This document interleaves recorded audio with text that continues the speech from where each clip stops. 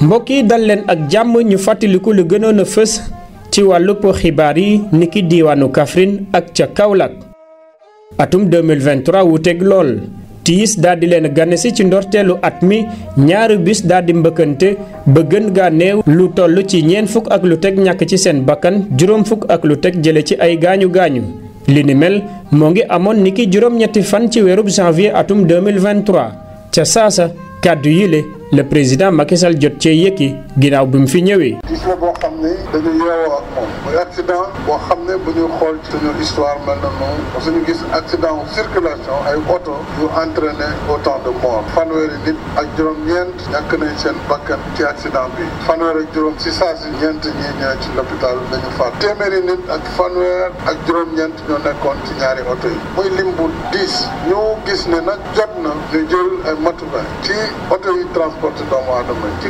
condition yi ñu leen di transporté ci condition yi ñuy joxe permis ci at yi nga xam ne ñiy dawal aussi war nañ ko am. Kaffrine itam nemmeeku nañ ne niki atum 2023 bi la mbënd bi sonal na leen woon lool ba tax jëwriñ gi ñu toftal ci jëwriñ gi yor lépp lu jëm ci wàllub ndox ak assainissement ñu gàll ko lépp lu jëm ci wàllub faggandiku ak saytu inondation yi di Isaaxa Diop daal di fa dem jàpp ne nag li waral mbënd mi le ay nit ñoom ñoo ko daal di sooke. gis nañ aussi ay acte de sabotage ñu di ko ñaawlu loolu aussi ñu ciy woo askan bi yëpp di leen ci sensibiliser ndax ku xam inondation ak méttiwaayam waruñu may benn doomu aadama parce que da nga bëgg a yàq wala da nga am ay pexe yu jubul ngay jóg di yàq loolu nga xam ne nii mooy li ñu permettre population yi ñu soulager leen ndax ñëpp ñu wax constatandoo gis image yi ñu jël ay paaka jël ay marteau di dajji loo xamante ne tey dafa war a servir population yi pour dimbale leen loolu lu ñaaw la te ñu ngi koy ñaawlu di wax nag ne population yëpp organisé wu autour de leur maire ànd nekk benn duñu may kenn muy saboter li nga xam ne dañ koy liggéeyal askanu Sénégal. lu mooy li ni mel ca Kaffrine nemmeeku nañ ko niki atum 2023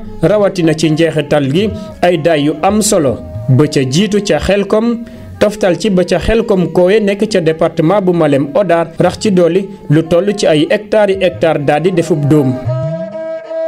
ginnaaw daay gile ay fan lañ ci teg ñu nemmeeku li ni mel foofa ca Pakala digganteem ak Koungheul moo ngi toll ci 20 kilomètres ak ñett lu toll ci mbayteef ci wàllub dugub moom moo daal di lakk ba defub dóom gën gaa néew 20 tonnes jege na ko. diwaanu Kaffrine ginnaaw tiis yile jot nañu xaw muñ tuuti ginnaaw bu ñu amalee li leen di conseil présidentiel territorialisé niki fukki fan ak juróom-ñaar ci weeru novembre gee ñu daal di génn ba tax ñu xayma ko lu toll ci juróom-ñaari téeméeri milliards ngir mën koo jëmal kanam. daloon nañ fa itam benn sphère administrative ci teewaayu njiitu réew mi président Macky Sall ak njiitu jëwriñ yi di Amadou Ba.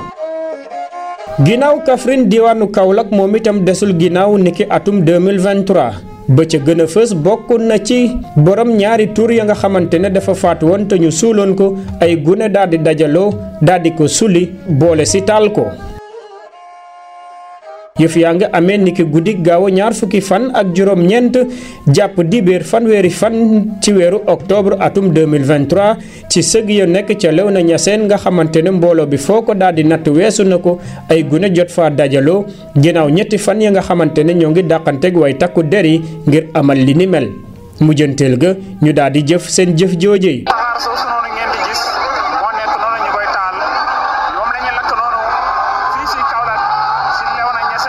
jëf ji ni mel daal di tax fu ne ay kàddu di fa daal di rote ci biir réew mi loola waral procureur de la république bu Kaolack daal di saytul boppam mbir yi mujjanteel ga ñu bëri ñu daal di leen tegub loxo.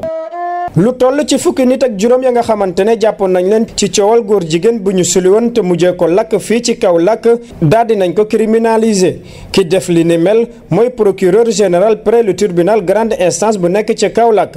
ki nga xamante ne nag moom mooy maître poursuite yi ginnaaw bu mu leen dégloo ni ki aljumay tey jële daal dina ubbi information judiciaire jagleel ko délégué de quartier Darou Salam Ndangan di El Hadj Omar Thiam ak yeneen juróom-ñeenti nit ya nga xamante ne dañ leen tegaale woon loxo fi mu ne nii jot nañoo am retour de parquet wante nag yeneen juróomi nit ya nga xamante ne bokk nañ ci fukki nit ak juróom yi ñuy jot a tegub loxo daal di nañ leen placé ci mandat de dépôt ñu fas yéene leen àtte ni ki fan yële ñu daal di dëgmal ci flagrant délit atum 2023 nekkoon na la nga xamante ni itam nemmeeku nañ ko ci tiis ak jéye fii ci Kaolack bokk na ci ay woto yu bëri ya nga xamante ne dañoo mbëkkante ca booy génn Gandiaye ba tax ab camion citerne bu defoon essence daal di tàkk ba defub dóom ci jéye jooje ñaari néew fekk nañ leen fa ñaar fukki nit ak juróom ñett jële ci ay gaañu-gaañu juróomi seen gaañu-gaañu jéggi dayo ba jaaxali seeni boroom lieutenant Mbagnick Ndiaye moo nekk sapeur pompier bu Fatick. tey bi 17h34 jotee dañu alerté pour benn accident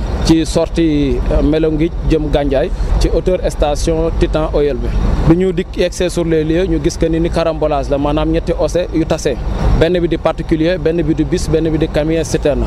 Maintenant on a trouvé que camion citerne bi dafa tàkkoon aussi bien cabine bi ak citerne bi yëpp ci loolu ñu am ci 28 victimes au total muy ñaar fukk ak juróom ñett yoo xamante ni ñaar ñàkk nañ ci seen bakkan juróom am nañ ci ay gaañu-gaañu yu métti ak ñaar fukk ak benn yoo xamante ni am nañ ci ay gaañu-gaañu yu yemamaay. Kaolack nag desul ginnaaw ndax defkatu ñaawtee fii daal dinañ wone seen bopp ci département bu Kaolack ak bu Nioro. ay nit yu daal di muur seen xar kanam yor ay ngànnaay nekk ci benn 4x4 ñoom ñooy daal di bàyyi bu xaaju guddi ñu dugg ci marché bu nekk ca Thiaré Ndofane ak it fii ci Kaolack kuñ fa daal di fekk ñu yeew ko ba mu ne kott wala boog ñu boole ci dóor ko nangu marchandise am yóbbaale koppar gu takkoo takku gën gaa néew ñoo ngi ko daal di xayma lu ëpp 20 millions ci seen jëf jooji.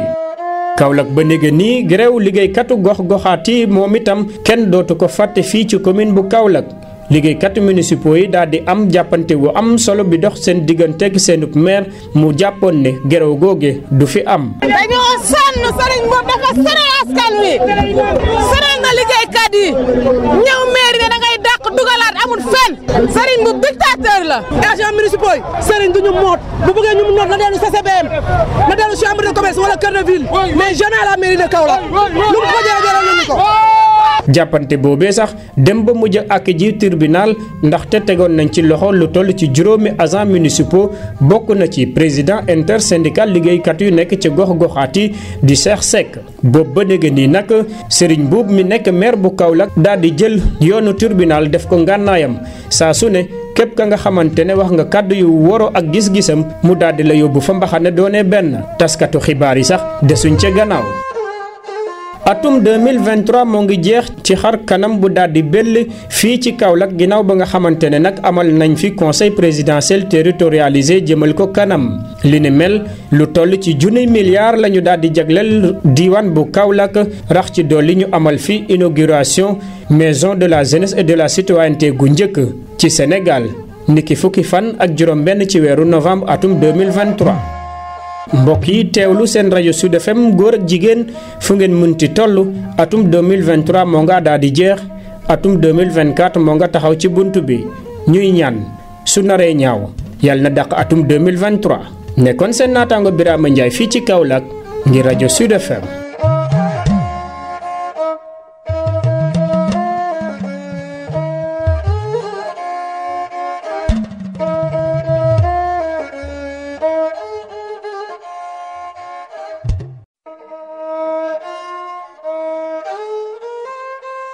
Bienvenue dans cette rétrospective de l'année 2023 à Kaffrine et à Kaolack.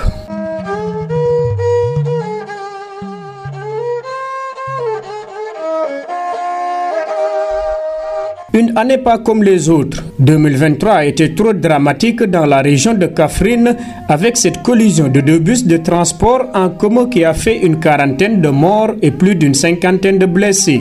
C'était le 8 janvier 2023. Réaction à chaud du président Macky Sall sur les lieux du drame. Bien sûr, cet accident nous montre qu'il y a des ruptures à opérer et il y a des mesures à prendre et ces mesures seront prises pour mettre un terme à cette situation. On ne peut pas exposer la vie de nos compatriotes dans un système de transport qui fait fi du respect de la vie humaine. Nous avons perdu beaucoup de jeunes dans cet accident. Et dès demain, le Premier ministre réunira un conseil interministériel qui va impliquer le monde du transport, les transporteurs, les chauffeurs, les assureurs, les services de sécurité pour voir les mesures à prendre sur l'état des véhicules, sur le contrôle technique, sur les conditions d'établissement des permis de conduire, sur les conditions de délivrance des attestations de visite technique et sur les horaires de transport. Kaffrine a aussi été frappée par les inondations, ce qui a valu le déplacement du ministre auprès du ministre de l'eau et de l'assainissement chargé de la prévention et de la gestion des inondations. Issakha Diop parle d'actes de sabotage et de vandalisme des installations. Donc nous avons aussi à constater des actes de sabotage que nous dénonçons et je pense qu'il est important de pouvoir lancer un appel à toutes les populations, vraiment un appel à la mobilisation pour faire face aux saboteurs. Nous avons eu à constater cette situation aussi bien à Touba, à Dakar, aujourd'hui à Kaffrine, des gens qui se permettent de saboter le réseau pour créer des inondations et ce n'est pas acceptable dans une république. À Kaffrine toujours, des cas d'incendie ont marqué la fin de l'année 2023.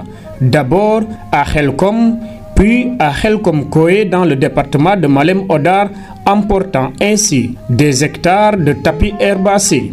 Quelques jours plus tard, à Pakala, localité située à 23 km de Koungheul, des meules de mil ont été ravagées par le feu, réduisant en cendres une vingtaine de tonnes de mil. Les propriétaires n'ont que leurs yeux pour constater les dégâts.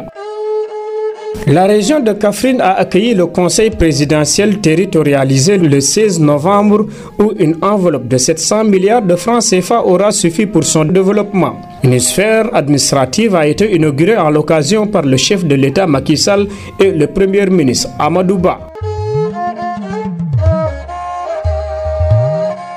Pour la région de Kaolack, quant à elle, a été tenue en haleine pendant un bon moment avec l'exhumation puis l'incinération d'un corps d'un supposé homosexuel.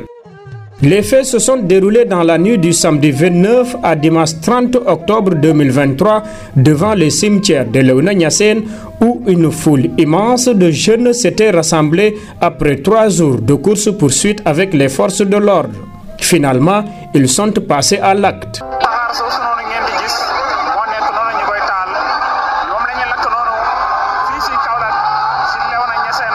Un acte qui a suscité beaucoup de réactions à travers le pays. Le procureur de Kaolack s'est autosaisi de l'affaire. Plusieurs arrestations ont suivi. Les choses se compliquent pour les très jeunes arrêtés dans l'affaire du corps sans vie du présumé homosexuel exhumé et brûlé devant le cimetière de Léona Niassène. Après leur garde à vue au commissariat central de Kaolack, ces très jeunes, plus le délégué de quartier de Darussalam Dangan, sont déférés au parquet ce vendredi. Ils feront face au procureur près le tribunal de grande instance de Kaolack pour être scellés sur leur sort. Cette année 2023 a été également marquée par ce carambolage de véhicules à la sortie de Gandiaye qui a provoqué l'explosion d'un camion-citerne rempli d'essence. Au total, 2 corps sans vie, 28 victimes dont 5 blessés graves. Le lieutenant Mbagnick Ndiaye des sapeurs-pompiers de Fatick. Aujourd'hui à 17h34, on a été alerté pour un accident de la circulation à la sortie de Melongij en allant vers Gandiaye à hauteur de la station de Titan. Arrivé sur les lieux à 17h56, on a pu constater qu'il s'agissait d'un carambolage entre 3 véhicules concernant un véhicule particulier, un bus et un camion-citerne. Et le camion-citerne a pris feu, aussi bien la citerne qu'au niveau donc de la cabine. Et de là, des victimes en tout cas ont été donc recensées, d'un nombre de 28, dont 2 corps sans vie, 5 blessés graves et 21 blessés légers. Les malfaiteurs ont aussi dicté leur loi au courant de l'année dans les départements de Kaolack et de Nioro. Des hommes encagoulés à bord d'un véhicule 4x4 ont visité nuitamment le marché de Thiaré, Ndofane et à Kaolack, tabassant ainsi soit le propriétaire, soit le gardien et emportant de la marchandise et de fortes sommes d'argent estimées à une vingtaine de millions de francs CFA. La grève des travailleurs des collectivités territoriales a aussi fait tache d'huile dans la commune de Kaolack. Les travailleurs municipaux entament un bras de fer contre le maire de la ville qui ne l'entendait pas de cette oreille. La grève que nous faisions est une grève nationale parce que c'est la loi qui dit que quand le président de la République augmente des salaires au niveau de la fonction publique aussi automatiquement entre en droit de ces augmentations. Maintenant, Serigne Mboup vient au dernier moment. Sur les 610 collectivités territoriales que compte le Sénégal, tous sont en grève. grève. C'est seul le maire de Kaolack, sur ces 670 personnalités, qui a dit non à cette grève. Il croit être à la CCBM. Depuis son arrivée à la tête de la municipalité de Kaolack, Serigne Mboup adopte des comportements aux antipodes du droit citoyen, de l'élégance du management. En plus de ces comportements, M. Serigne Mboup manifeste mépris, arrogance, excès d'autorité et abus de pouvoir vis-à-vis du personnel, pourtant totalement dévoué et consciencieux. Un bras de fer qui s'est terminé au tribunal avec l'arrestation de 5 agents municipaux, dont le président de l'intersyndicale des travailleurs des collectivités territoriales, en l'occurrence Cheikh Seck. Depuis ce jour, Serigne Mboup a enclenché une machine judiciaire contre toutes les voix discordantes à sa gestion. Même la presse n'est pas épargnée. L'année 2023 s'achève sous de bons auspices dans la région de Kaolack avec la tenue du Conseil présidentiel territorialisé pour son développement. Une enveloppe de 1000 milliards lui est réservée avec l'inauguration de la première maison de la jeunesse et de la citoyenneté à Kaolack. Chers auditeurs, auditrices, l'année 2023 tire à sa fin et 2024 se pointe à l'horizon. Qu'elle soit meilleure. Sud FM Kaolack, Birama Ndiaye.